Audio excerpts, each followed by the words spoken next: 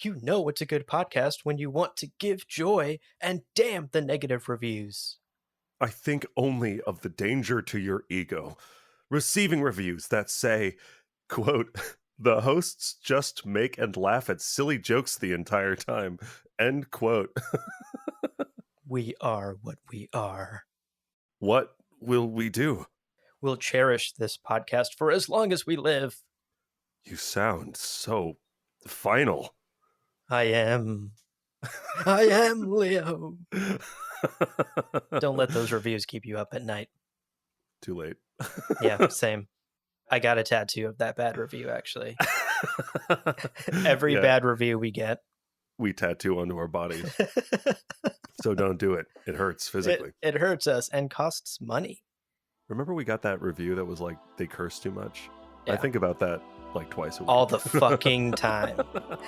All the fucking time. Shit. Fuck.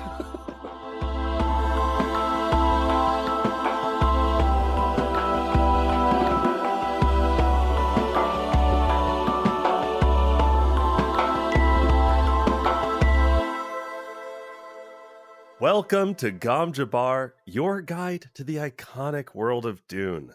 We'll be exploring the themes, philosophies, and characters found in the sandy depths of this vast universe, from Frank Herbert's groundbreaking novels to the adaptations on film and TV. My name is Leo. And my name's Abu.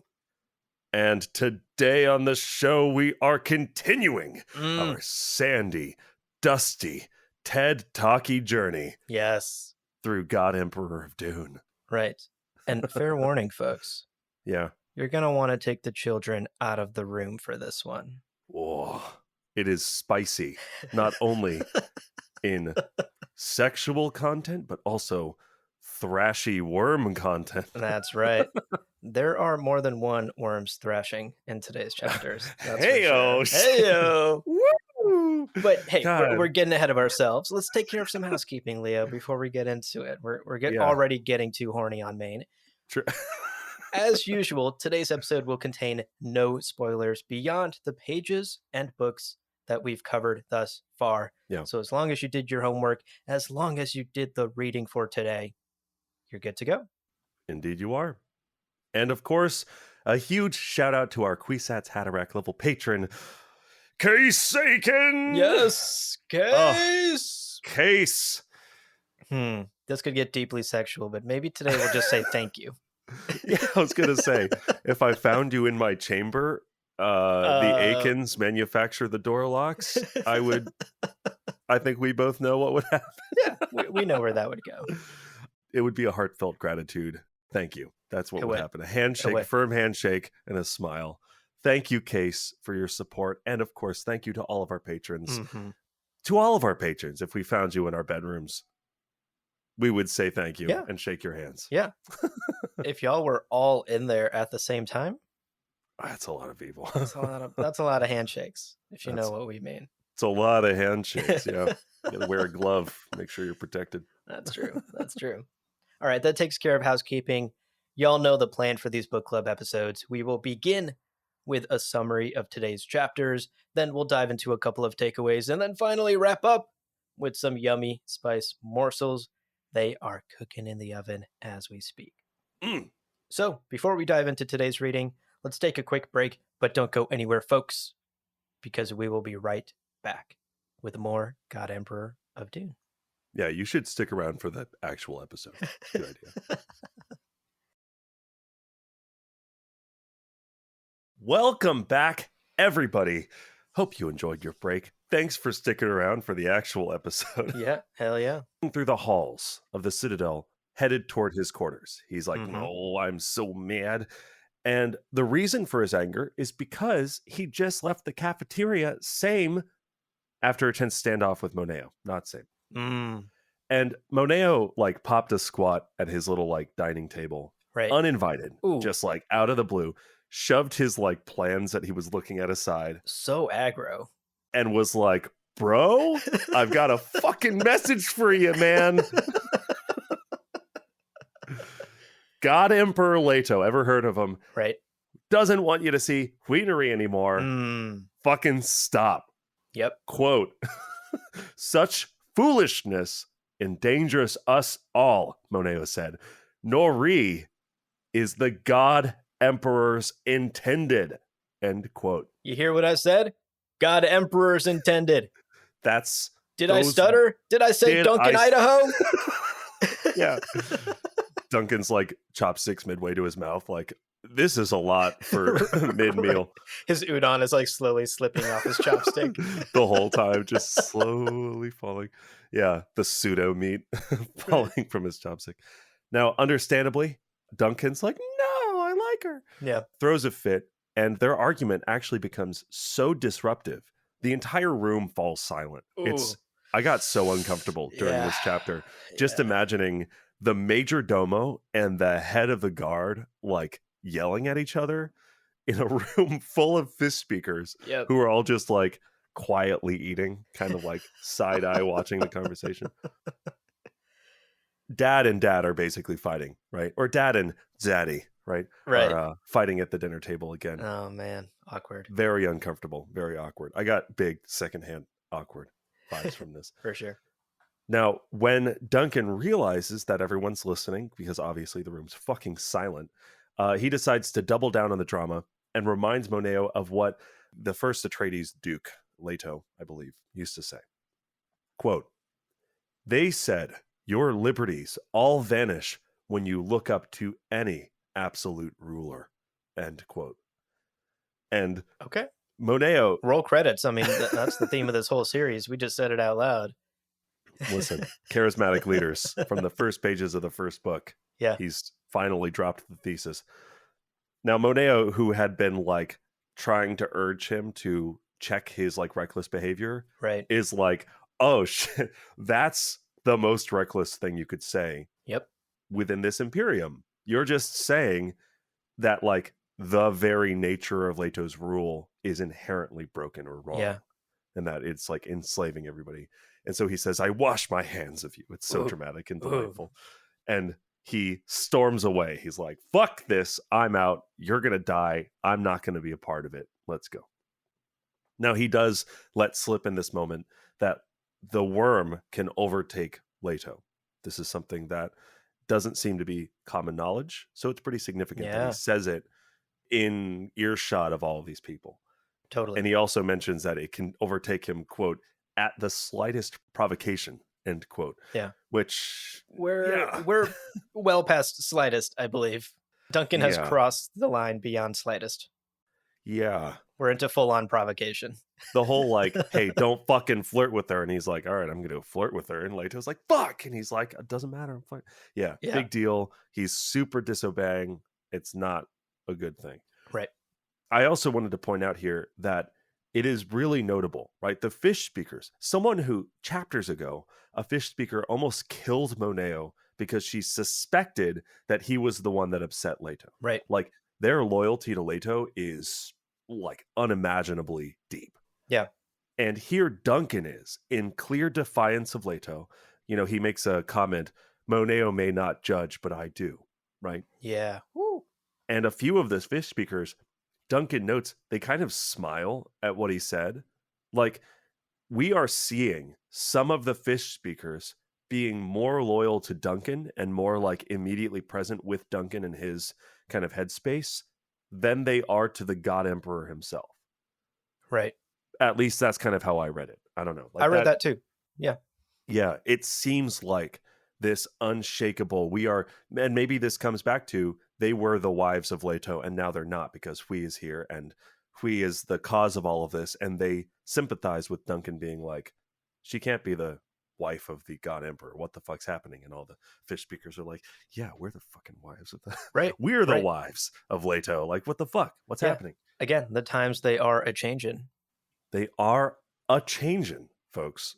And I think your theory is actually reinforced moments later when Hui in the apartment is like, oh, one of the fish speakers actually ran and got me because they heard what happened in the cafeteria. You know, oh my gosh, why would the fish speaker run to Hui and not run to the God Emperor and tattletale on Duncan?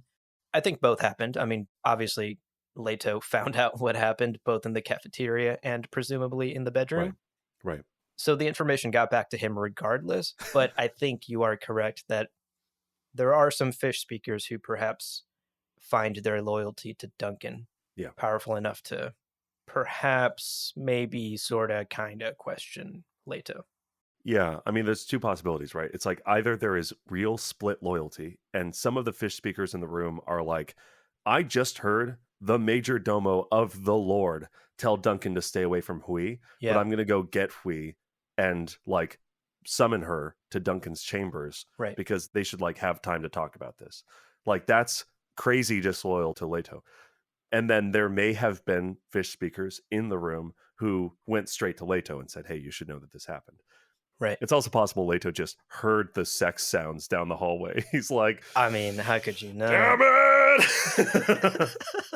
And Monet was like, God, I hope he has his earplugs in right now. I hope he's like listening to the new Sigur Rós album or whatever. Like, I hope he's Right. really distracted. Yeah. So there's a few possibilities here, but definitely this struck me as really significant. This idea of the fish speakers not being totally loyal, at least 100%. Yeah. Now, back in the present, we're with angry Idaho as Mhm. he's like storming through the hall. He's replaying the confrontation in his head, and he's wondering about how the God Emperor will retaliate against him for this kind of the continued disobedience. And he is kind of fixated on the weird aspects of Moneo's behavior. Right. It's clear that Duncan understands certain parts of Leto's frustration. Yeah. He's another guy who likes Hui, but there's elements of Moneo's behavior that Duncan's like, I don't understand why he was so scared. Like, his fear doesn't make sense to me. What's happening? Right. It wasn't just a fear of death. Yeah, It was a fear of something greater. right. Now, this might come back to the fact that Moneo knows the golden path Right. and Duncan has no concept of it. Duncan's just like, we're two boys vying over the same girl, and I got genitals and he doesn't, right? Right. Right. Meanwhile, Moneo's like, you could be jeopardizing all of humanity forever. Yeah. So, come on, dude. Totally. The stakes are different. The stakes are very different, as Hui will tell him later. Now, Duncan's musings are cut off when he walks into his quarters, his like private quarters, and sees Hui Nuri laying on the divan Ooh. wearing, quote, a shimmering blue gown, which draped Oh. itself revealingly around her Oh. figure. End quote. Chicken. I know. God, Frank doesn't like dwell on certain things, but when Yeah. certain things are said, it pops. I read that sentence and I was like, oh my God, is it hot on this Right. subway Whew. train commute I right see now it. in New York I City? see it. And it was I'm hot, imagining it. but also I was imagining it and it was working. Yeah. Now, Hui is immediately glad to see that Duncan is unharmed. And she basically says she's here to talk about what's been going on between them. And he's like, what do you mean what's been going on between us? And she's like, bro, Come on. the unreleased sexual tension, the like ready to snap. The camel is weighed down and is about to die. And you're like tickling the back with the straw. You're like, ooh, Right. is this going to Right. break your back or not? The camel's like, please don't. Anyway, the camel's Leto, basically. And although she is kind of coming on to him pretty strong, like, it's about time we address this. Right. He's kind of resistant. He's like, oh, this is crazy. Like, yeah, I've been breaking directions from Leto. I've been not following instructions, but I've been like more or less towing the line. Like we haven't slept together, Right. right? Yeah. This is a crossing of the Rubicon Yeah. that perhaps even Duncan is a bit hesitant about. Yes. Yeah. And despite her revealing figure, and then she gets close to him and there's like a honey milk smell on her breath. And I'm like, you're Ooh. smelling her breath? How hard is she breathing? She pushes her face into his like abdomen. It was something that caught me. I was like, how close is her face to him right now? Anyway, she's persistent and she even talks about some of the similarities that we talked about in previous episodes. High five Right. to us, top Hell marks. yeah. Promise we weren't looking ahead. I just recently did the reading. And specifically regarding how she was maybe designed by the Ixians, quote, they made me too well, she said. I was designed to please an Atreides. Leto says his Duncan is more an Atreides than many born to the name. End quote. Hmm. which is such a, I don't know, validation of Duncan's character. And I'm sure Yeah. for Duncan, Idaho, that must be a To hear that. tremendously emotional thing. Yeah, to hear his loyalty is to Atreides, and clearly he really respects who the Atreides are and what they stand for. For him to be Right. told, you deserve the name more than most people born to it, is wild. Yeah. And then they fucking fuck. And then they get Boom. down, and it's like, what? I Okay. just have to say the audiobook in this section goes fucking hard. What? The No. guy's like nearly moaning these words in the narrator in the audiobook Oh shit, really? when it gets to the point where they're like laying in bed and he's saying love, love, love. Like Wow. the narrator is like moaning, Yeah. and yeah, I was like, "Oh god, should I be listening to this in public? What the fuck?" Yeah. Wow, I had no idea. Guess I have Yeah, some yeah, so homework to for the do. folks who haven't checked out the audiobook, maybe specifically check out this chapter. Yeah. On your Bluetooth speaker in the middle of a public park. Just share it with the world. That's right. Share that love, love, love with the world. Now, to your point, once the deed is done, they have some pillow talk. Mhm. And the conversation's pretty poignant. They're talking about love. They're talking about Right. desire and throwing caution to the wind and all this stuff. And we're going to unpack that in the takeaways, because love and the way that love is sort of a weakness for Leto is such a kind of key pillar to this book. Yeah, yeah, it is. So for now, to wrap up this steamy chapter, Hui reveals that this is both the first time and the last time that they'll have sex or be intimate in this way, Wow. which is What a bummer. a roller coaster for Duncan, right? Yeah, He's like, yeah. no, I want to, but we shouldn't. And okay, we're doing it. Nice. I can't wait to do this all the time. And she's like, last time. And he's like, oh, what the fuck, man? This sucks. Bro. And she also tells him she's gonna tell Leto everything.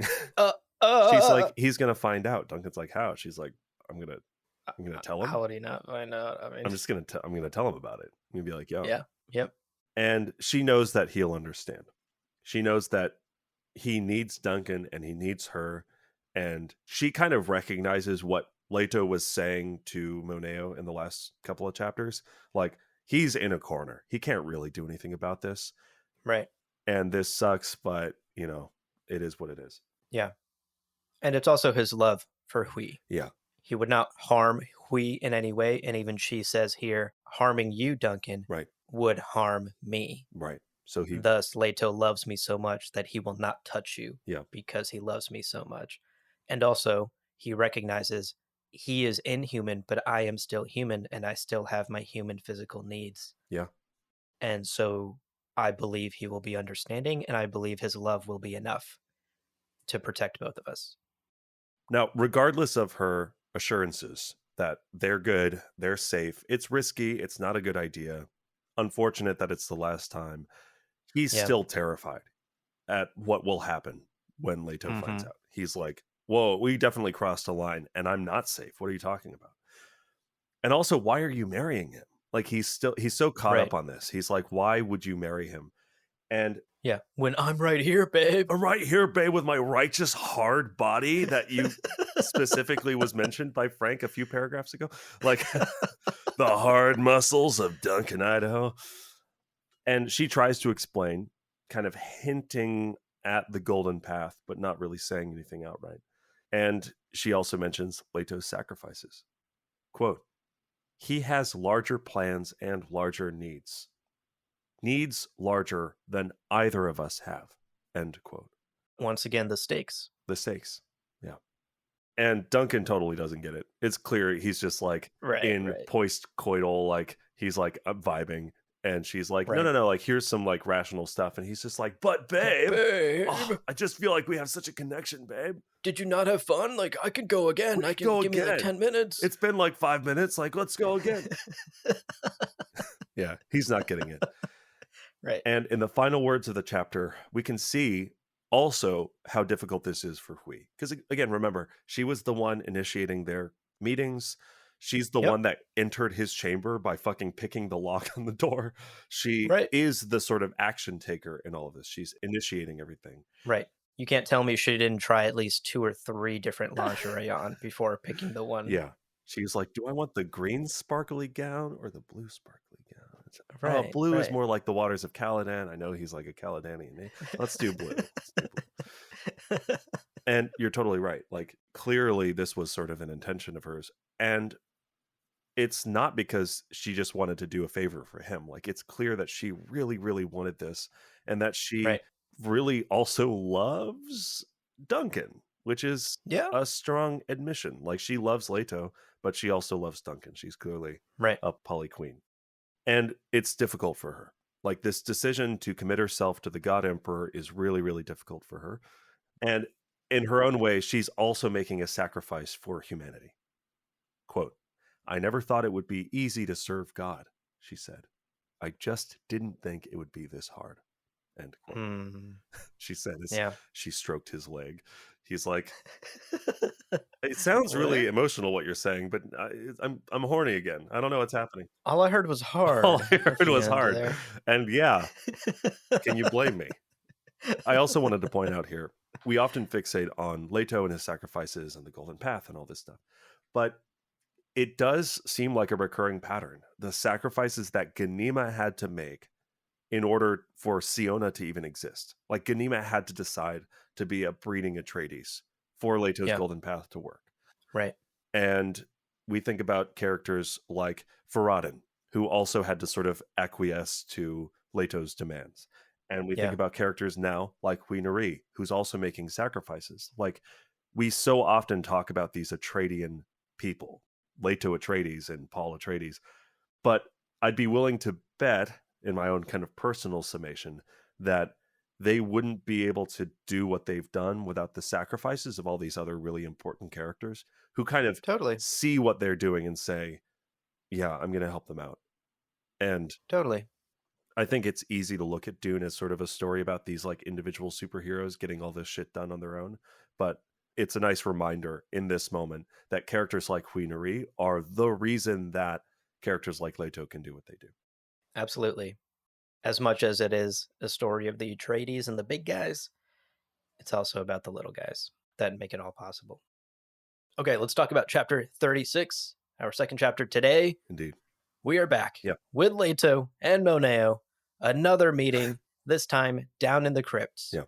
And this one equally as tense as the last one. They have sex. Moneo. The sexual Leto's like, "We should tension. talk about this tension between us for the last few weeks." Moneo's like, That's right. Now, Moneo is terrified. Yeah. He is shaking in his boots in this meeting. He's been expecting it all day. The summons finally came, and he's shitting himself, basically. Right. Moneo is worried that Leto has learned everything, not just the nonsense that went down in the cafeteria, but also what happened in the bedroom. Right. But much to Moneo's surprise/relief, the conversation actually begins on Duncan's poor managerial skills, basically. He's not doing a great job as the leader of the fish speakers. Rumor has it he's been going around asking like weird personal questions of the fish speakers about their past. Who are you? Where are you from? Where's your family? What do you remember before being a fish speaker? All of the things that I assume by the time you graduate fish speaker school are a bit irrelevant to your life. Like, I don't imagine many fish speakers have strong personal lives and a strong work life balance. Yeah. It is service to the God Emperor unquestioningly. And Duncan is probably digging up some uncomfortable parts of their past. I do want to say I loved the explanation for why he does this, because Leto Mm-hmm. mentions he does that because of the early Atreides training, Right. that you have to know how people live their lives and how their lives are actually working for you to be able to govern them, basically. It's government for the people, by the people. Like, yeah, the measurement of that's a their core government Atreides value. is found in the lives of the governed. So it's like he's investigating the fish speakers because it's the only way that Duncan knows how to assess the quality of governance. Yes.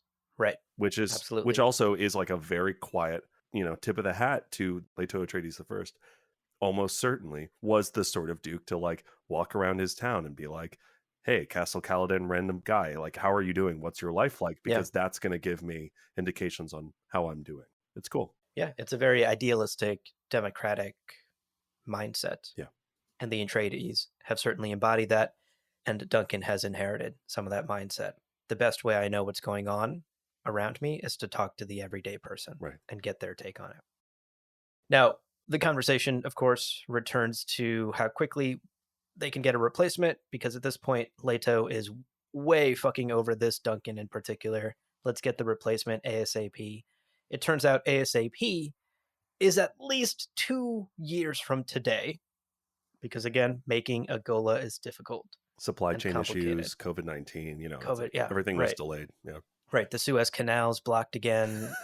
You know Again, how it is. Again, a guild highliner perpendicular in the canal. perpendicular. Right. Embarrassing. Embarrassing look for the Highliner. Embarrassing look for the guild, indeed. And all of this greatly annoys Leto. He's already super on edge during this meeting. He's already pissed, and this is just one other thing to add to that list. Now, Moneo is like, oh shit, he didn't bring up the whole sex thing, so maybe this is all that he's annoyed about. It's just like a general annoyance with Duncan. Yeah. And so he kind of probes further. He asks, Lord, why does the Duncan always act in this rebellion way? Why do all of the Golas become rebellious in this way? And Leto uses this opportunity to launch into a mini TED talk about the Atreides and how they've always governed by the will of the people Right. and for the people, as we talked about. And this Atreides thinking means that the Duncans always believe that, quote, you cannot do wrong in the name of right, end quote. Right. And thus, when these Golas show up and they witness all of the wrongs that Leto is committing, or at least what they believe is wrong, they simply cannot wrap their minds around the fact that this Atreides, this god worm, must be doing something right. Yeah. Because again, you cannot do wrong in the name of right, which is a very sort of pure and I would say a bit Yeah. naive Yeah. mentality to have. I was going to say, it reminds me, and I know that this parallel is very easy to draw, but like the whole Ned Stark thing, refusing to play the Yes. games of shadows and whispers and then being killed Right. for it. But that's obviously like archetypical of the Leto Atreides type. Definitely. Honestly, I would say Frank probably is one of the establishers of this archetype of the like noble head of house who is too good For this too world, good for this honestly. world, like too Yeah. upholdent of moral rules to survive in a universe of backstabbing and sabotage. And also Leto to Atreides looking at the whole fucking universe and all of time is going, yeah, you need to bloody up a room of saboteurs Yeah. sometimes. You have to murder Right. some people before the crime is done sometimes, because it's Yeah. the brutal reality of the universe, and that like rigid moral code is only useful in like maybe the microscopic view of a single lifetime, or I don't know Right. how he would define its utility, but certainly Duncan is lacking the perspective that Leto has, which is like, nah, you got to play dirty sometimes. Yeah. And this line feels a bit meta as well, because I myself have been guilty of discussions on this podcast, reading this book, and being like, I don't know, did Leto have to? Isn't there a better way for him to teach this lesson? Yeah. Couldn't he have been nicer about it? And this almost feels like a rebuttal from Frank, being like, "Shut the fuck up, Abu. You're talking like a real Yeah. Duncan right now. Like, Yeah. maybe you shouldn't do any wrongs in the name of right, but sometimes you have to." Yeah. And even the idea of right and wrong, just broadly, is so Broadly speaking. fixed in the subjective Yeah. individual evaluation of what right and wrong is. Yeah. And Duncan being like, you cannot do wrong in the name of right, but you can get like blackout drunk on spice beer and yell accusations at someone before. It's like you can act like an asshole in certain circumstances and you can do questionable shit, but it's like part of the error is in asserting your evaluation of right and wrong on this Yeah. like universal scale, where Leto's Right. like, you, It's too yeah, simplistic. It's here's a template and I'm going to cram it on the world. yeah, It makes me think of our mechanical universe conversations from the past episodes. totally. Everything must be cause and effect, so that fits into the template. I'm going to cram it onto everything, historical events and life and purpose. Yeah. But life is messy. Paul himself has said that the universe is beyond logic. Right. And so you can't cram some sort of template onto it without nuance, right? Yeah. There has to be flexibility. Or even religions giving you this kind of absolute good and bad, but that everyone has their subjective experience with religion. and institutions, which we'll talk about, Absolutely. saying, hey, you millions or billions of believers and followers, you have to adhere to these rules regardless of circumstance. And then, of course, no one fucking does, in every circumstance, at least. Yeah, definitely. Okay, back to the chapter. Moneo, much like us, has been diverted by this TED talk into a tangent. It's interesting. It's interesting, of course. And Moneo's like, oh, shit. This TED talk has lulled me into a false sense of security, and the worm is still right there. Oh my God. Yeah. The signs of the worm are still there, and they're getting worse because, again, Leto, very agitated at this moment. And Leto, in his anger, suddenly hits Moneo with one of his classic life or death pop quiz questions. And this one's about religious institutions. And the major domo doesn't quite know the answer, or he's so frightened that he can't think logically. He basically just starts to retreat and step away as Leto sort of rages and rants about religions and the Duncans, and Moneo's standing there frozen in fear, basically accepting his death. He's like, fuck, this is it. This is the moment I'm going to die. Yeah. And we'll talk more about this moment in particular and about Leto's rants on religious institutions and the Duncans a little bit later in our takeaway, because there are some ideas worth picking apart here. For now, let's wrap up this chapter. Chapter 36 ends as Leto reveals that he had actually intended to mate Hui with Moneo, but now it's too late. And this is the moment where we, the reader, and Moneo go, oh, fuck. I guess he did find out about Duncan's sexual exploits. Right. He must have heard down the hall, heard. echoing through the citadel. Echoing loudly through the Sarir, I'd imagine. Did he make that headboard louder, or is that just Duncan, Idaho? Oh, it's Duncan, Idaho. Okay, yeah. It wasn't creaky before, but now yeah, it simply won't stop creaking. The worm finally overtakes Leto at the end of this chapter. He starts violently thrashing and rolling about the crypt, throwing himself actually within centimeters of Moneo. Yeah. This dude fucking saw his life flash before his eyes here. Moneo runs screaming from the crypt as Leto is causing a major ruckus behind him and yells out after Moneo. Leto screams, quote, "The test, Moneo! I will test Siona tomorrow!" End quote. It's so scary. Also because we've seen Leto on the verge of the worm kind of twice, and once he kind of recovered, and then the second time Moneo got out of the room before it took him over. But in those two previous times, Leto kind of retreated back into himself. He like got further away, right? The voice is hideously distant. In this situation, he's like lightly kind of teasing Moneo at times. He's like, what do you think religious institutions do? And Moneo's like, what the fuck is happening? Because it's like, it's a disconnect of the worm is approaching, but Leto is also present and there. And the idea that it's as he's speaking, he says, will you die and be forgotten as dust, or something like that. And even as he's saying that, his body throws itself violently and murderously off of the cart. And that's really fucking scary. I can't decide what's scarier. The idea of Leto just being there present and like, oh, don't mind me. I'm just trying to kill everything in the room. I'm just here. Yeah. Oh, isn't this fun and dramatic? Like him being casual and present as like a consciousness inside of this thrashing, murderous body. Or him being this kind of distant, sheltered in the past of some past life, as he knows his body's going to wreak havoc for a bit. So he's like, I guess I'll go on a safari of the past or whatever. I don't know. Both are pretty scary, but this is the first time we're seeing it. And I did not like it. I was like, I did not like this is scary. Yeah. Even the wording, Moneo screamed and ran. Can you imagine Moneo screaming at the top of his lungs and running? That's terrifying. Yeah.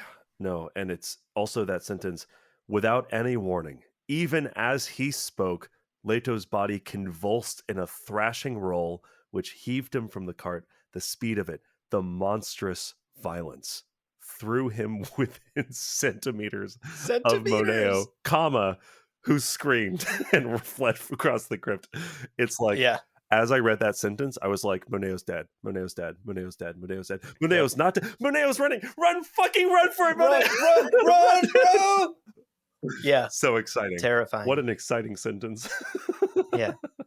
I mean, a thrilling set of chapters for very different Yeah. reasons, but a great set of chapters today for sure. Both exciting sexually. Man, what a ride. I was turned on the I whole was time. turned on the whole time. Every page, I was like, ooh, new tantalizing details within centimeters, you say. Oh. Well, that's our reading covered Mhm. from the Mhm. assigned reading. We're going to take a quick break, but don't go anywhere. We've got a couple of big old takeaways to talk about That's right. right after this. Welcome back, folks. Mm, Let's get into our takeaways for today, yeah. starting with love. Let's talk about love Uh-huh. because Duncan and Hui do have this very poignant conversation after their bangathon. And as we said earlier, it does speak to some larger themes in the book that are worth slowing down and exploring a bit. Right. So, from their conversation, we learn that Hui had a romantic partner in her teens. And she explains that this was a young man who needed her. And being the empathetic giver that she is bred and trained to be, she gave him her love. Yeah. She would go on to later regret it and then to find out that it was actually a whole fucking test by her Ixian masters. But Yeah. regardless, she had this experience as a teenager. And so Duncan asks if that's all he is too. Wait a second. Yeah. Right. Am I also just someone who needs you and you're just being nice toward? Yeah. Yeah. Yeah. And Hui says, no, no, no, no. The feelings are mutual. I need you as much as you need me. Quote, we gave joy to each other because that's how it is with love. End quote. Right. And again, admitting that she loves Duncan, Idaho. She also recalls how her Uncle Malky used to say that love was a bad bargain because there's never any guarantees with that sort of thing. Yeah. Yeah. But Hui strongly disagrees with this. She says, quote, love needs no guarantees, Right. end quote. Which, man, this nearly brought a tear to my eye. It's such a beautiful sentiment about love. Yeah.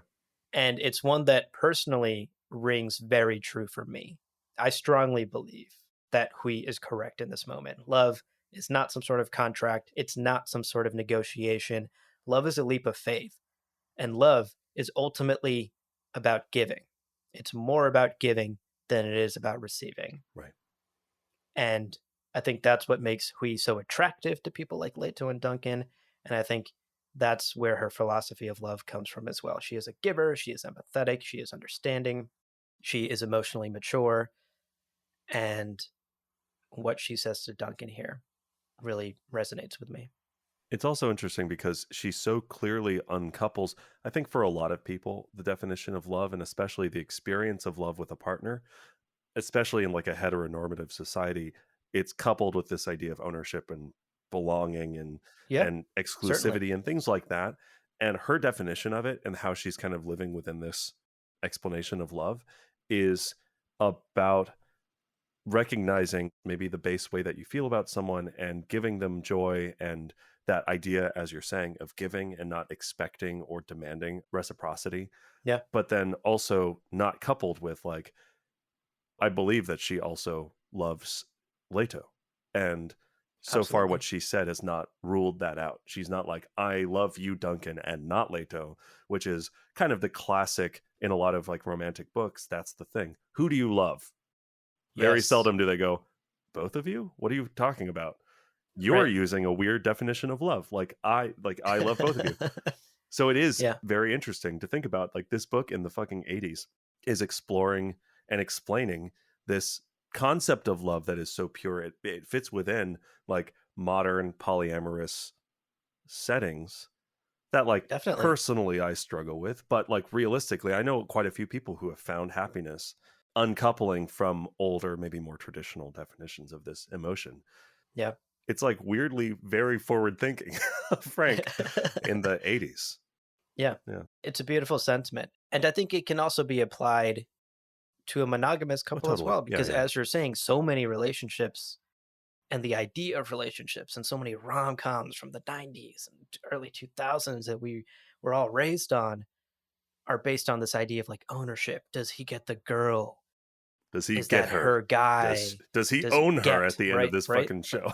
exactly. It's like a victory to be achieved at the Yeah, end, rather than, as we says, giving joy to each other because we both equally want to. right. And she actually goes on, because that's not the only wisdom about love she has for us Yeah, folks. She drops this on us too.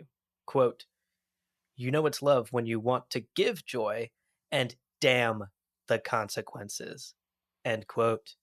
Ooh, yeah, that is also something that resonates with me. I mean, I think all of us have been in some sort of like passionate young relationship at some point in our lives, no matter what age. And it's something where there's no comparing that feeling to anything else. right. When you want to give joy and damn the consequences. To me, that sort of wild abandon certainly also plays a part in love, and Hui believes it as well. Yeah, But also thinking along the lines of the themes in this book, Hui in this instance is perhaps only talking about the risk she and Duncan just took, right? Damn the consequences. Bang me on this yeah, bed right yeah, now, Duncan. yeah, But we can also sort of zoom out and interpret this line through the lens of Leto and what we know of Leto so far in the book. Because consider the many emotional outbursts that the God Emperor has had since meeting Hui. We talked yeah, about it a few episodes ago. Consider also the fact that he is literally going to wed this woman. And Moneo himself has quote unquote been the voice of reason, telling Leto that Hui is dangerous. She yeah. is a trap set for you by the Ixians. We all know this. It's transparent. And this upcoming wedding, Leto, it's going to ruin your godhood. What will the fish speakers think? There's already whispers in the Empire about this wedding. Indeed. And I would say, actually, most validly, his point that we will unite the people who are after him, right? Like, we will be that banner of, oh, he has a weakness. He's not a Right? god, all this stuff. His union with her is a uniting, catalyzing element Right. of the dangers toward him Absolutely. and toward his godhood and toward his rule. Absolutely. So, in addition to all the other things you mentioned, it's like this is potentially jeopardizing the golden path. Mm-hmm. And Leto's like, and I love I her. love her. Damn the What's it to you? consequences. I'm in love. And I think that's big because Leto also sees love in the same way that Hui does. And of course, she would connect with him on that level. They would never be in love if that wasn't the case. But I think Hui's definition here gives us some greater insight into just that larger theme about love, and love being Leto's greatest weakness, something that he has admitted, something that Siona found in his diaries, his love for his sister Ganima and the true sadness he felt at her passing. Yeah. It is the crack in his armor, and Leto is well aware of that. Siona is aware of that, and I would wager Hui and Moneo, the people closest to him, the people perhaps that he loves the most, are also aware of that. And I think, given the definition that Hui gives us of love in this chapter, we can really start to understand Leto's sacrifice even further, because we know the many physical, emotional, mental sacrifices he's made in the name of the greater good. But here is a risky emotion that he's also had to be careful about. This emotion makes you want to give joy no matter the consequences. And as the caretaker of all of humanity's future, he's got Yeah. to worry about some consequences. He Yes. can't just willy nilly do what he wants. And so, an emotion that makes him feel that is dangerous. I mean, look at Paul. All of Paul Messiah. saw everything Leto saw and decided on Shawnee instead. Exactly. Love. Like, Leto was born of someone damning the consequences. Exactly. And 100%. that's where he's at. He's like, now I have to be the one to make the sacrifice. And what we learned last episode, he has loved, capital L, every one of his companions. And it Right. was awful to lose them. And that is a consequence. And damn it, it doesn't matter. As much as Leto bemoans losing all human emotion, blah, blah, blah, it's also clear that, like, love has been something that has been there since he was a kid, Absolutely. since he was a fully human kid. And it's his weakness in many ways. And it's been sort of his closely guarded secret until Siona stole the journals in many Right. ways. And as he tells Siona in their meeting, like, yeah, the galaxy will know, and they will know that his weakness is his love.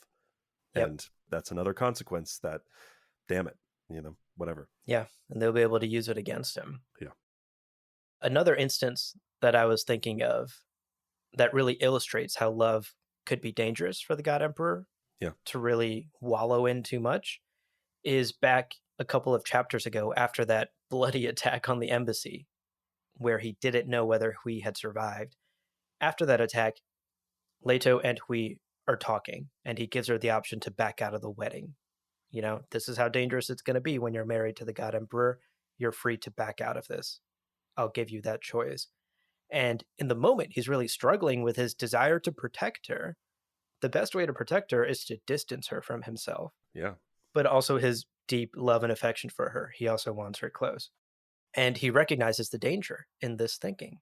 Quote, "The aching pulse within him had to be calmed. In itself, it was a danger to him and to the golden path." End quote. Yeah. Wild. Kind of put in clear words for us there. If he lets go of the reins too much and allows himself to fully love Hui and damn the consequences and allow himself the normal human desires of love and affection to give and receive it, who knows what'll happen with the golden path. He has to tread lightly and carefully. And in that way, he is very human, right? Every human in history has wanted and deserved love, and Leto's no different. The only difference is the choices he's made, the sacrifices he's made, the wrongs he's chosen in order to create the right path for humanity. Right.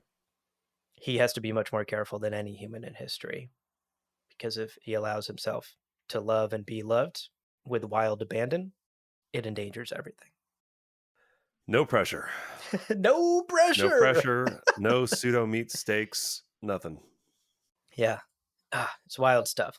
Love is such a big theme of this book, and I think Hui's words here are beautiful. And again, in a great way, tell us so much more about Leto as well. Very true. Well, that's our first takeaway.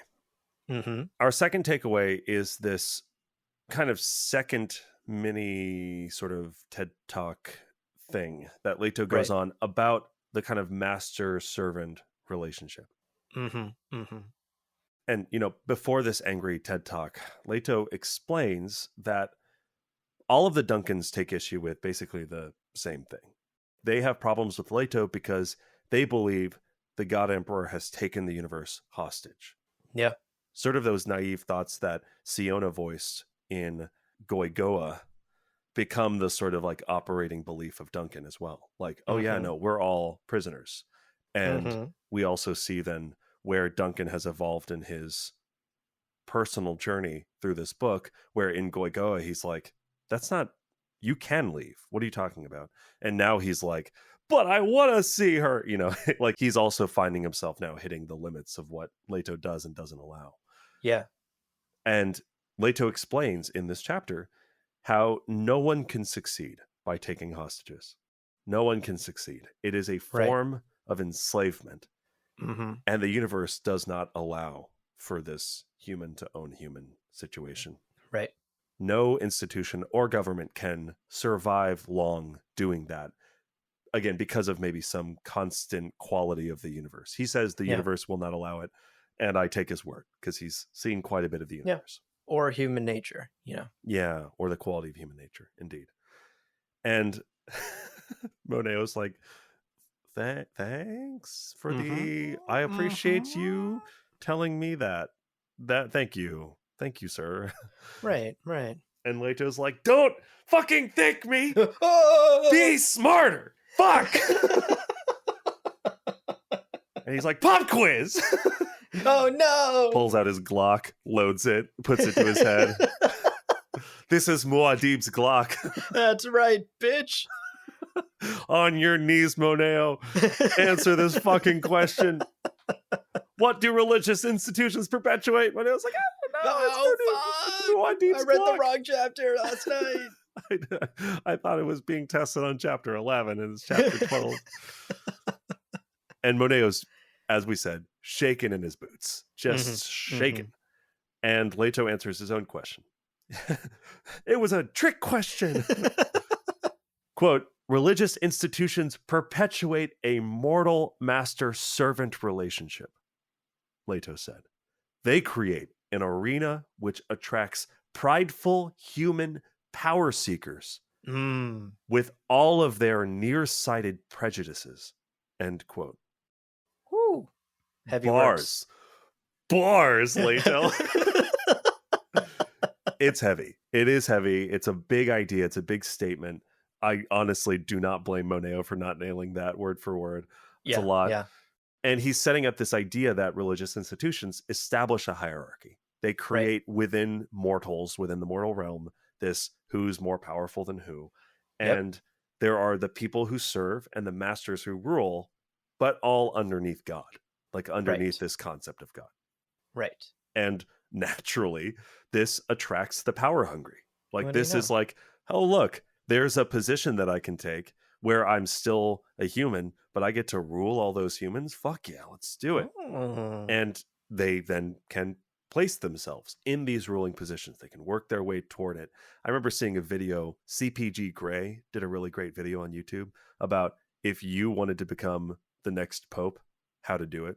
Oh, really? He literally outlines the steps. And granted, it's a lot of like being elected by people and playing the political game. And you have to be like, you have to have a couple of doctorates, and it's like a whole process. But it was funny to me because part of me was like, you can do that? Like, that's right. What? Pope can be a career path is what you're telling me? Yeah. Like, your kid could be like, Daddy, I want to grow up to be a pope. And you're like, all right, we're not Catholic, so we'll see how this works, but let's get it done. Then you could do that. Yeah.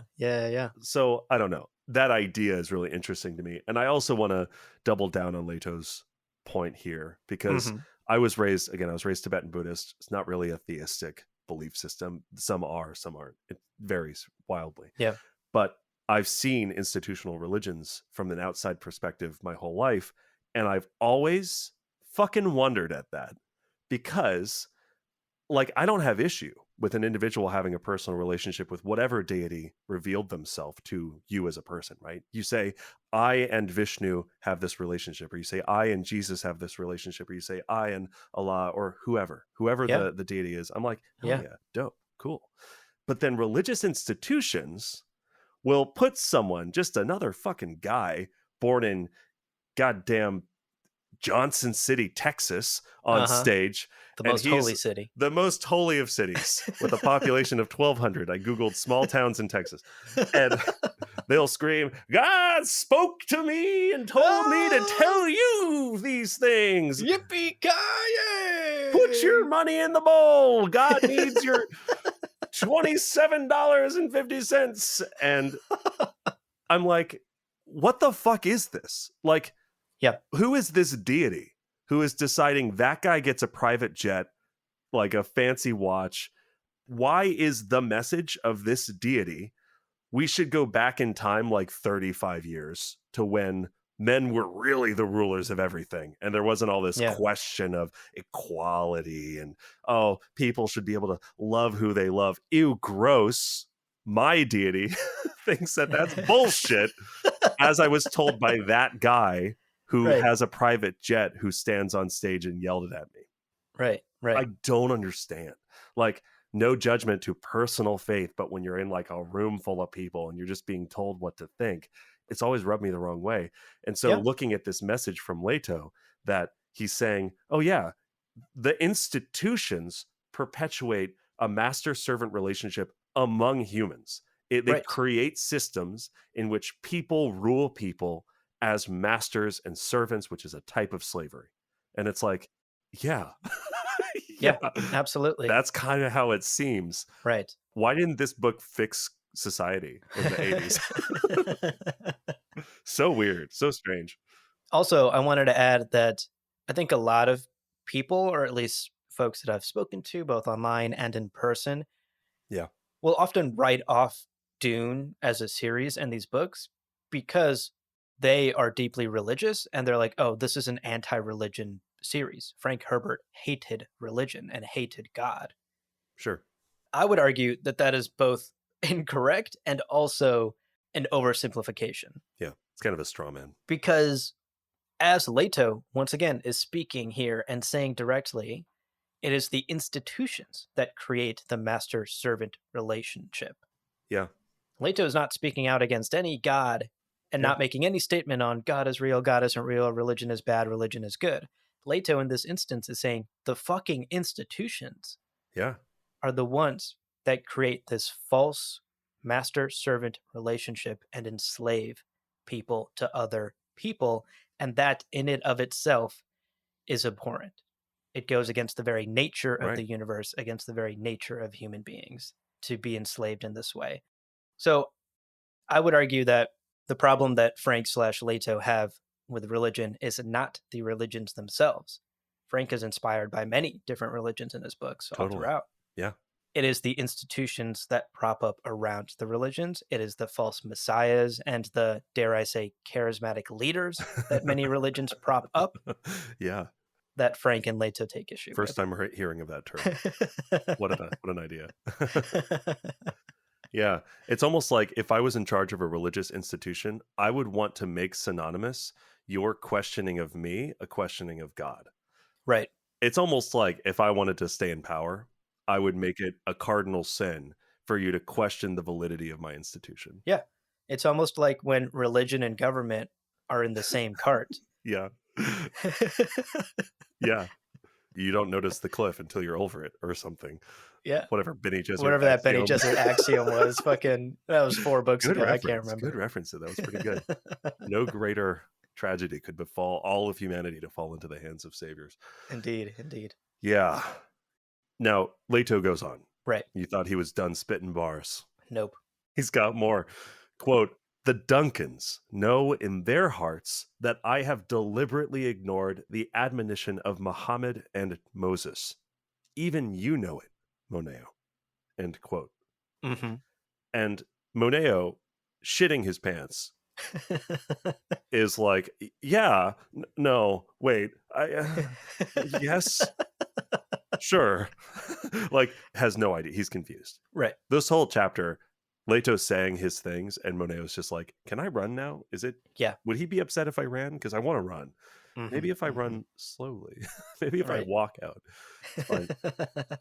Once again, Leto answers for him, explaining what this admonition is, what this admonition from Muhammad and Moses is. Quote, you are servants unto God, not servants unto servants. End quote. Drop the mic. Drop the mic. If there is a concept of God, if you worship a God, you are a servant unto that God, not unto humans who claim to share that God with you. Yeah. And Leto's ignored that admonition. He's done his own thing, right? Right. And he's created servants. I think one of the reasons this is also triggering for Leto is because Moneo just keeps saying, yes, Lord. I'm your Thank servant. you, Lord. Yeah. You've enlightened me, Lord, you know? Yeah. And he just keeps saying, you're God. You are my God. You are God. I serve Leto's God. Like, and I'm going Leto's to die in like 600 years. What are you talking about? Exactly. Leto's literally like, you are part of this institution that I've built up. Who created your religion, motherfucker? I did. Yeah. So you're just doing what I'm telling you to. You know, it's very annoying. Like, yeah. No.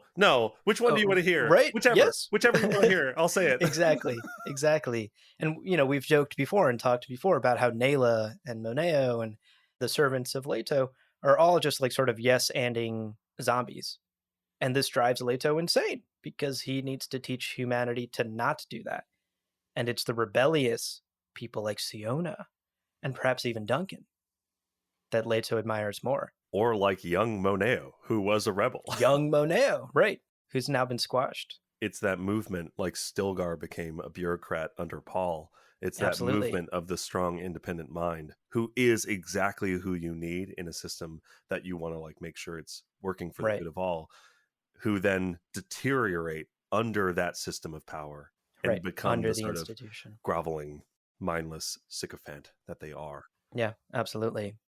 So let's try and land this big idea because we've gotten into some heady stuff. Even this mini TED Talk has exploded into a big conversation, as it always does with Leto. Yeah.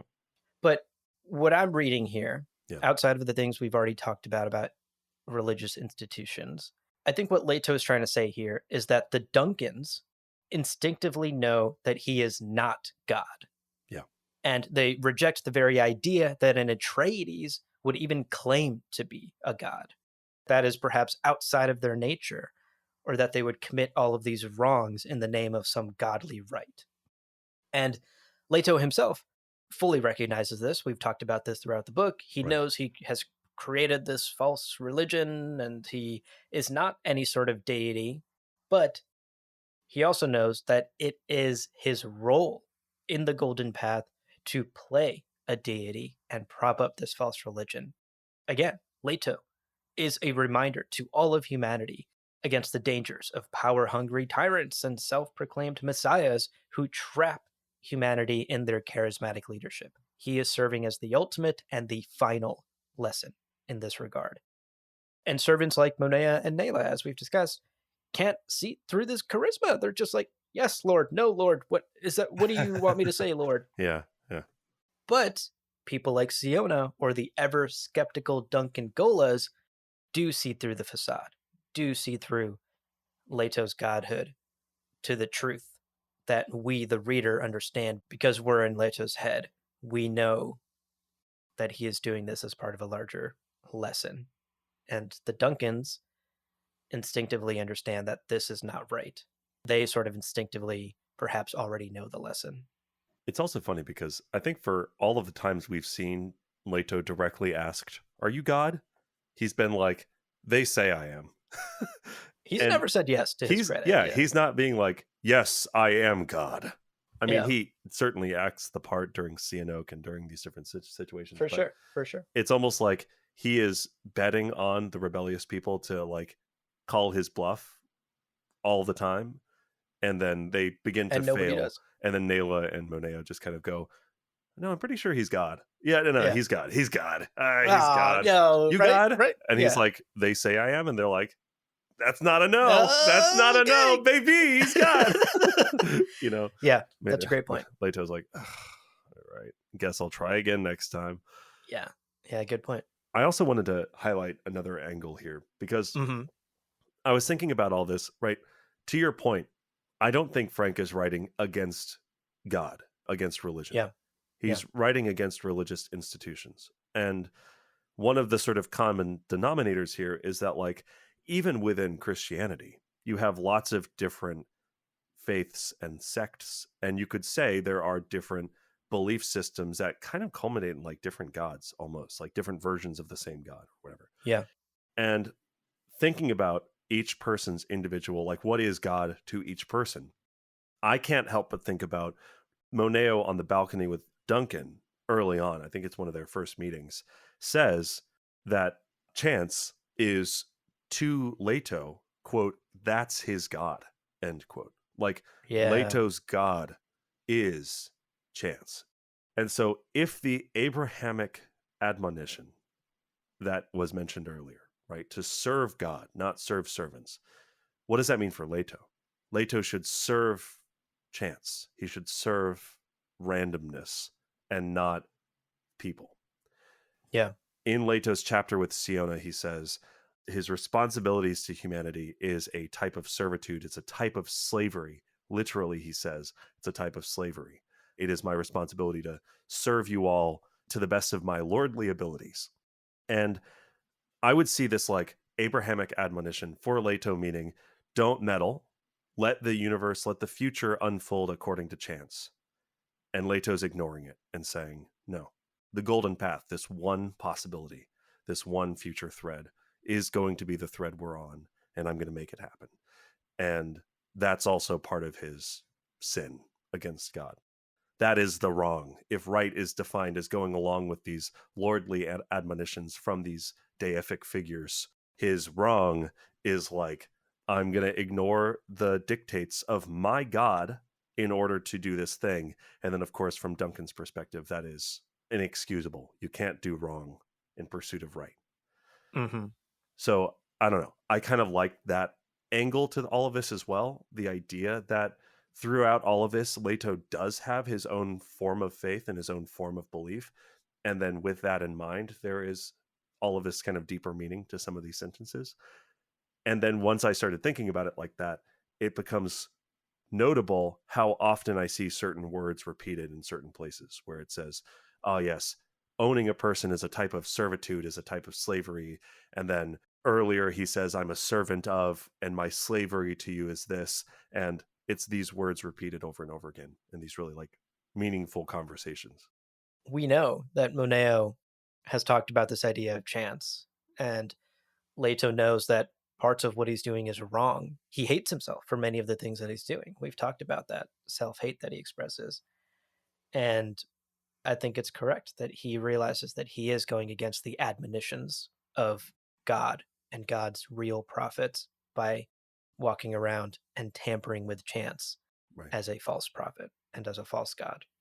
I also tried looking up like what are the commonalities between Moses and Muhammad, and like there's certainly some, but a lot of it was Yeah. just like do right by the instructions of God. Like do Yeah. right, do good things. And it's like, Yeah. okay, yeah. So maybe sending fish speakers to like murder rooms of people who haven't committed a crime yet. It's not the best. Right. Hmm. Right. So to sort of wind down this very long takeaway, Yeah. I do want to briefly touch on the question of why, right? Because why does this chapter take place right after the bangathon between Hui and Duncan? Yeah. And why specifically does Leto bring up this TED Talk in this current emotional state where he knows that Hui and Duncan have in some ways betrayed him? Right. I think it's because he is legitimately hurt throughout this chapter. Yeah. Leto is hurt and angry and jealous of Hui and Duncan and their romantic intimacy. And I think underpinning some of that is Leto is also resentful of his role as a false god who is denied these human pleasures of love and sex and personal intimacy with another person. Right. He's also, I think, just frankly, really fucking pissed at Duncan. Duncan has Yeah. taken a stance here, and the stance is fuck that giant worm. I'm going to fuck his girl. And that's Yeah. a really tough stance for Leto to square with. But reading sort of in between the lines, I also get the sense that Leto is wondering, damn, if I was a real god, this Duncan motherfucker would never dare sleep Mm. with my girl. But because I am a false god, he has the audacity to do so. Because these Yeah. Duncans always see right through my false godhood. Hmm. That's perhaps reading a bit too much into it, but I certainly was maybe getting those vibes a little bit during this rant to Moneo. I think ultimately, at the end of the day, as we see at the end of this chapter, it appears that Duncan has certainly thrown some of Leto's carefully laid plans into disarray. One, for instance, is his plan to mate Hui and Moneo. That can't happen anymore. And it does appear that Leto has to make some pivots or accelerate his plans to get the golden path back on track. Mm. Yeah. And I say that because of his final words there. Even in the throes of the worm overtaking him, Yeah. he still screams at Moneo, the fucking test is happening tomorrow, bring Siona. Probably wedding the next day. Consult my calendar. Do I have any conflicts? But I was like, no, you don't. And he's like, okay, Okay, good. Thanks for perfect. appreciate you. So I think there's definitely a cocktail of emotions running through Yeah. Leto in this chapter. Moneo is very much on the receiving end of those emotions. He's on the receiving end of a TED Talk that I think interweaves into some of that hurt and jealousy and resentment that Leto is feeling, not just toward Duncan and Hui, but also toward his own fate within the Golden Path and what he must do. Agreed. I had one final thought from Mm-hmm. this discourse, and it's regarding the first quote. I definitely felt a couple of concepts click together in an interesting way. Yeah. So Leto declares again, quote, that is a form of enslavement. One kind of human cannot own another kind of human. This Mm. universe will not permit it, end quote. Mm. And I found that notable Because earlier in his talk with Siona, Leto admitted that his loneliness as right to rule was a type of slavery, using that same word. Quote, "My slavery to you says that I will serve all of you to the best of my lordly abilities." End quote. Although this could seem kind of like a contradiction on the surface level, right? He's saying slavery and ownership of one human over another is not permitted by the universe, and yet for the last 3,000 years I've been a slave to humanity. On a surface level, it's like, oh, I wonder how he reconciles that.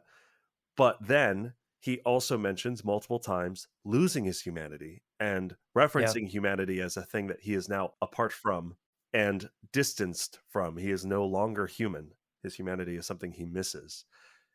And it started to kind of click for me that Leto, too, in his sort of checking and balancing the universe and its permissions, had to become something other than human for him to be and become what he is and what he needs to be for the golden path. Yeah. Like he has to become something other than human to find a balance within the universe's permissions regarding that ownership. Mm-hmm. And I will wrap up by saying I missed all of this the first time I read this book. I was like, man, this worm is angry. Anyway, next chapter. Right. Pretty incredible how much depth there is. And maybe I'm kind of inventing some stuff and reading too much between the lines, but it definitely feels like this mess of unrelated, hyper dense TED Talks. But Yeah. then that these sort of data points start connecting. And then it starts feeling like, oh shit, this is all kind of just one continuous presented idea across all Right. these different narrative scenes. It's very interesting. Yeah. He has to be inhuman to be able to do some of the dirty work that he has to impose some of that on the galaxy. Yeah, So he has to find his inhumanity in that way. indeed. Well, those are our takeaways today, folks. A little bit about love and a lot of bit about religious institutions, baby. That's the balance. That's the balance we strive for. A little bit of love and deep criticism of religious institutions. Yep, that's right. Okay, so we have our spice morsels cooking in the oven. They are nearly ready. Yeah, they smell great. They Smell good. smell delicious, trust us. But let's take a quick break. Let's let those morsels finish up. Uh-huh. But don't go anywhere, folks. We hope you're hungry. We will be right back to round out today's episode with our spice morsels. You need We'll the see you in a char. minute. You need that little bit of char on the top of the spice morsels. Broil them for the last 5 minutes. Crunch. Welcome back, everybody. Hope you enjoyed your break. Hope you built up an appetite because we've got a couple of spice morsels. And the first one, thematically appropriate for this weird transition. Our first morsel today, Atreides dining. Ooh. Yum. Now, getting back to the origins of spice morsels, I read a sentence in the reading and went, those are some details. Let's look into them. Yeah. So the meal that Moneo so rudely fucking interrupted was, quote, oddly familiar Atreides chopstick fare of mixed grains, herb seasoned and baked around a pungent morsel of pseudo meat, all of it washed down with a drink of clear sidrit juice. Okay. End quote. And my first thought was pundi rice, because I'm a giant nerd. I was like, Dune, pundi rice. Obviously, we all know that that's like one of the primary exports of planet Caladan and brought by like obviously we know those things. And much to my amazement, we haven't talked about pundi rice as like a standalone thing before. Though we mentioned it in Spice Morsels 4 as the source of the rice liqueur that the peasants enjoy getting fucking drunk on That's planet right. Caladan. That's Anyway, right. so let's talk about pundi rice for a second.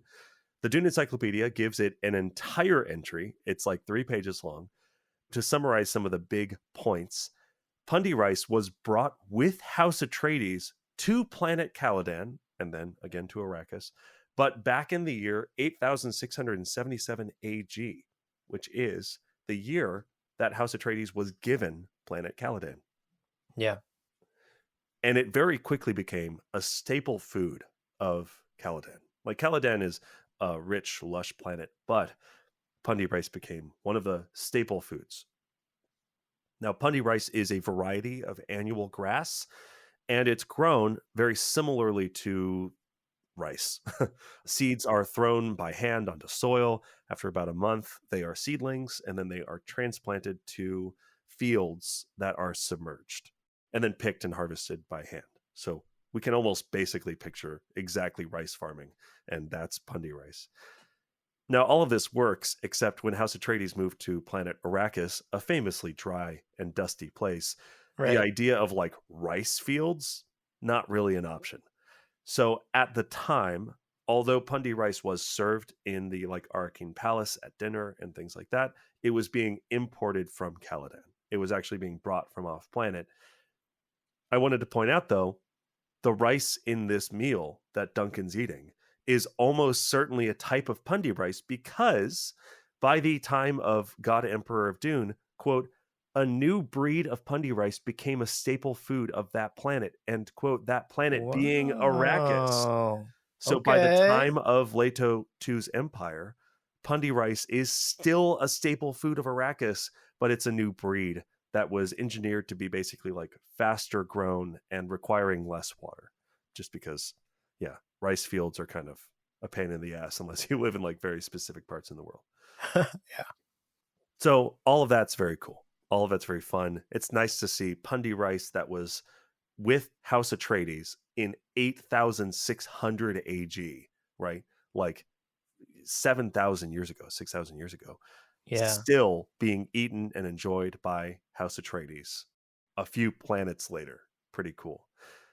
The other detail in this excerpt is sidrit juice. And folks, this might be a Gom Jabbar first. We Mm. are going to reference some Brian Herbert and Kevin J. Anderson lore. Wow. I know. I Say it really ain't so. please don't. Don't worry. There's a bit of a barb in there too. I did think of this as like, listen, olive branch. If you out there in listener land like Brian Herbert and Kevin J. Anderson, we always say that Frank is first tier canon, Dune Encyclopedia is second tier canon, Brian Herbert, Kevin J. Anderson, third tier canon. Right. We always say that. Well, proof is in the pudding. Today, I was trying to find information about sidrit juice. Sidrit used once in Frank's 6 books, There you not go. mentioned in the Dune Encyclopedia, Mm-hmm. and it is mentioned 4 times in Dune House Atreides. Every other page, they're like, Yeah. a cold glass of sidrit juice, don't mind Mm. me. Slurp. Slurp, they said Yeah. out Look, loud. sometimes you just gotta dig all the way down to third tier canon. Sometimes you do. And I'm not mad at it because, again, it does Right. give us some details, gives us some insight. It gives us more of an idea of what Duncan is eating in the cafeteria this day. It's Mm-hmm. interesting. So, from Dune House Atreides, oh, this feels dirty. From Dune Ugh. House Atreides, the 4 mentions of sidrit juice is because it is loved by young Leto Atreides. That is to say, father of Paul, Leto, Duke, eventual Duke Leto Atreides, loves sidrit juice. It's his Yeah. favorite. And here's an excerpt. Quote, a robo table emerged from the floor beside Leto and produced a cold glass of sidrit juice. The young man's tastes were known, just as it was known that the old Duke would want nothing but the pipe. Leto took a sip of the tart drink, puckering his lips.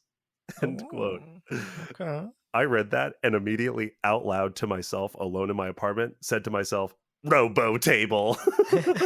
Robo table. Robo table Beep boop bop bop. delivers the sidrit juice. It's so unnecessary. A robo table delivers the sidrit juice. Sweet. Amazing. Weird that we don't see robo tables anywhere in the Anywhere 6 and books. yeah. Oh, so fucking strange. But cool. Okay. So sidrit is clearly a juice produced by a fruit that is on Caladan at the time father of Paul was a kid, which is Yeah. neat. Yeah. And I'll point out also that, and this kind of cleanses our palate a little bit of Brian's writing, Robo Table. According to the Dune Encyclopedia, Caladan was abundant with, quote, lush plants full of fruit, berries, and wholesome legumes, end quote. Mm-hmm. And wrapping up this spice morsel, I just think it's fun. First of all, to know that the cold juice that Duncan's drinking is like a tart fruit juice. It's kind of fun. And Yeah. knowing the history a little bit of the grains that are so herbed and so seasoned in his meal. But also, it's fun to see in the empire of Leto to Atreides on this new planet, thousands of years later, they're still eating food that House Atreides ate 4,000 years ago. Yeah. There's an element here of like maybe Leto to Atreides really is a sentimentalist. He's housing all of these Atreidian figures in his mind. Maybe he drinks Sidrit juice every once in a while from a Right. robo table, and his internal Leto Atreides the first is like, I love how tart it is, as he puckers his lips. Mm. Anyway, that's our first spice morsel: pundi rice and robo table. I mean, citrus juice. Robo table. I love it. A great spice morsel. Thank you for digging deep into the waters of House Atreides and third tier canon in the murky Ikazian waters. 7th tier writing. All right, let's talk about our second morsel today. This is a quickie. Yep.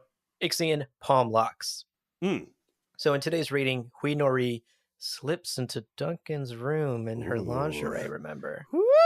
Woo! Sheesh. She specifically slips past the palm-locked door. And this got us thinking about the specific technology. Yeah. Duncan, in the reading today, thinks to himself, quote, "No one but a few selected guards should be able to open that door," end quote.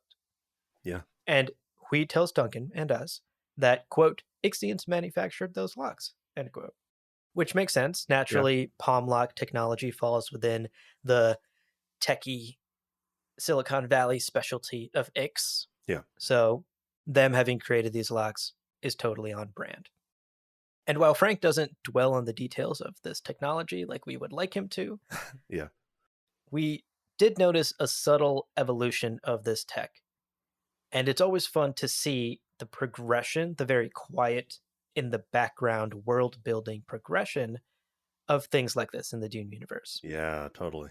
Yeah. So if we all rewind back roughly 3,000-ish years ago, Yeah. you'll recall that Jessica encountered a similar lock all the way back in Dune when she entered the weirding chamber that Margot Fennering had built into Arrakeen Palace. Right. Yeah, that plant room. The plant room. Yeah. Quote, "A palm lock must be keyed to one individual's hand shape and palm lines," end quote. Yeah. That's how the tech worked back then, but that did not stop our Lady Jessica. She gets past it by sort of distorting her palm and applying just the right amount of pressure on the sensors across her hand. Yeah. To make it look like she has access. Like a different classic palm. Bene Gesserit move. Nice. Yeah. So classic, in fact, that breaking palm locks is listed in the Dune Encyclopedia section under Bene Gesserit training. Yeah. It's an advanced Literally course. a class that they can probably take Yeah. in the chapter house. Yeah. Hacking palm locks 101. How to squish your palm in fancy ways. Regardless, it is notable that in 10,191 AG, in Jessica's time, the palm locks were only calibrated to one individual. That's why she had to use her Bene Gesserit trickery to get in. Right. And even the terminology of the Imperium states that a palm lock is, quote, "any lock or seal which may be opened on contact with the palm of the human hand to which it has been keyed," end quote. Right. Yeah. The important part being the singular, the human hand. Right. Not multiple people. So it appears that by the time we meet Duncan and Hui in today's chapter, all these years later, the Ixians have maybe rolled out a couple of updates to the palm locks. Nice. And now more than one people can be tuned to the technology, as Duncan says. Only a few selected guards and himself should be able to open that door with the palm lock. Yeah. And I guess Hui Nori, because she knows the code, the firmware. She knows like the dev update code. Yeah, right. She like has like an admin backdoor, and she's just like, yeah, okay, tap whatever. The bottom left corner 5 times and then swipe across the top. Yeah. There's always one. Exactly. Yeah, it's always something. There's always a backdoor. Pretty good. And that's incredible. Great to see the little progression in the tech across the Dune universe. I think it's a lesson that perhaps Apple could learn as well. Yeah. Well, folks, that's our episode. There it is. That's the episode. As always, we have some homework for you. Mm-hmm. Didn't get off scot-free, did you? Nope. Do some reading. And the reading you should do is chapters 37 and 38 of God Emperor of Dune. Oh my gosh. Oh. If you have a different version of the book than us, the reading ends on the sentence, quote, You're just an older model, end quote. Wow. What No need to yell at your palm lock like that. God damn. You only accept one user? You piece of shit. Fuck. You're an older model. That's what I yell every day. I wake up with my 13 Pro iPhone and I'm like, you're just an older model. You're just an older model. Do you even know that the 15 is out already? Do you have an action button? No, you don't. Older Are you model. made of titanium? No. You can't go to space, you piece of shit. Filth. Alrighty, that's your homework, dear listener. But before we let you go, we want to remind you of a couple of ways to support what we do here at Gom Jabbar and to get in touch with us and say hello. And the first and best way to support us here at Gom Jabbar is to consider becoming a patron at patreon.com/GomJabbar. It makes a world of difference. We can give the time that we need to make this episode, to make this show, to make everything that Gom Jabbar is as good as it is because of the support of our patrons. So consider joining us. We do give benefits in return, ad-free episodes, early access to these book club episodes. If you're hearing this on the public feed, we recorded this back in the 1940s. So you're late to the party. I'm sorry to tell you. Indeed. We also have an exclusive Discord where we chat and hang out, and people go, hey, the merch store is down again. We go, oh gosh, okay, fine. And we go, God damn it. We go, God damn it. Teespring. Someone give us a better fucking merch platform. Please tell us. Anyway, yeah. What are we talking about? Patreon. Patreon.com/GomJabbar. It seriously means a world to have that kind of support. And if you are in a financial place to support us, please consider it. Makes what we do possible. That's right. And the other great way to support us is to treat yourself, listener. I know it sounds counterintuitive. Get yourself something nice and it helps us. Sounds like a type of love. It is a type of Give love. joy. Give joy. GomJabbarShop.com. Go to our merch store. Damn your credit card limit. Okay. well, give joy. Give as much joy as you are able to. Be reasonable. We've got art. We've got apparel, bugs, tote bags, so much more. Custom Dune themed merch. Some beautiful artwork on that store, designed with artists that we've worked with and by Leo himself, the talented art degree showing itself. Ever heard of me? Hope not. GomJabbarShop.com, folks. A great way to support us and to get yourself something nice. Indeed. I like that we're like, if you're in a financial place to be able to support us on Patreon, consider it. Go to the fucking merch store, drop $70,000. Woo! Buy 200 shirts. Fuck it. Why not? Here's how you request a bigger limit on your credit card. An FAQ. Fuck it. Fuck the consequences, as Queen Marie said. Fuck the consequences. I'm pretty sure that's what she said. Anyway. Yeah. We love to hear from you. If you have questions, comments, concerns, pictures of your pets, things you hope to see in the merch store, or fucking better merch platforms, God, please tell us if there's a better place, because we're so tired of it. Email us. Send us an email. gomjabbarpodcast@gmail.com. It's the place to get in touch with us. You can send us an email. We'll respond eventually. We did get an email saying that our merch store was down. We appreciate it. We see all of them very soon. We just reply to them after like 6 months because we're busy.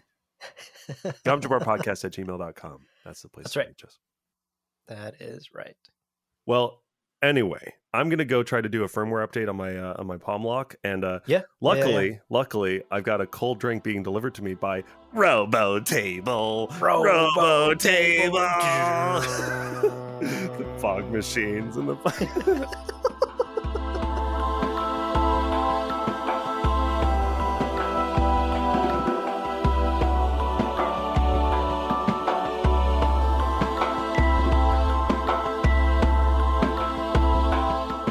Friends, there is no real ending. It's just the place where you stop the recording. But this podcast is always one step beyond logic, so help spread the word of Muad'Dib and leave us a review on Apple Podcasts and Spotify. And be sure to check out the other shows on the Lore Party Podcast Network on loreparty.com. You can also follow us on Twitter and Instagram at lore_party. We're also on TikTok at Gom Jabbar Podcast.